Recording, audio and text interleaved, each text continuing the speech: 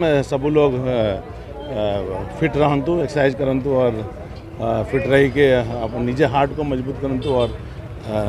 निजे देश को मजबूत करंतु। धन्यवाद। फिजिकली दोनों फिट रहवा दरकार युवा पीढ़ी को और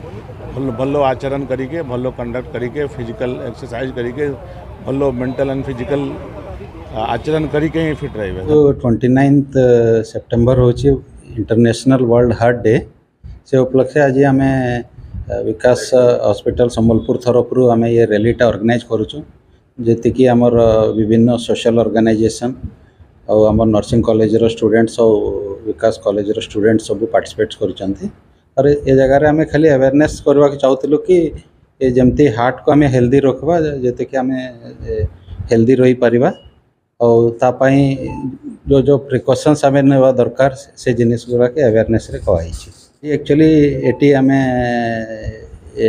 free health camp for senior citizens करिछु एटी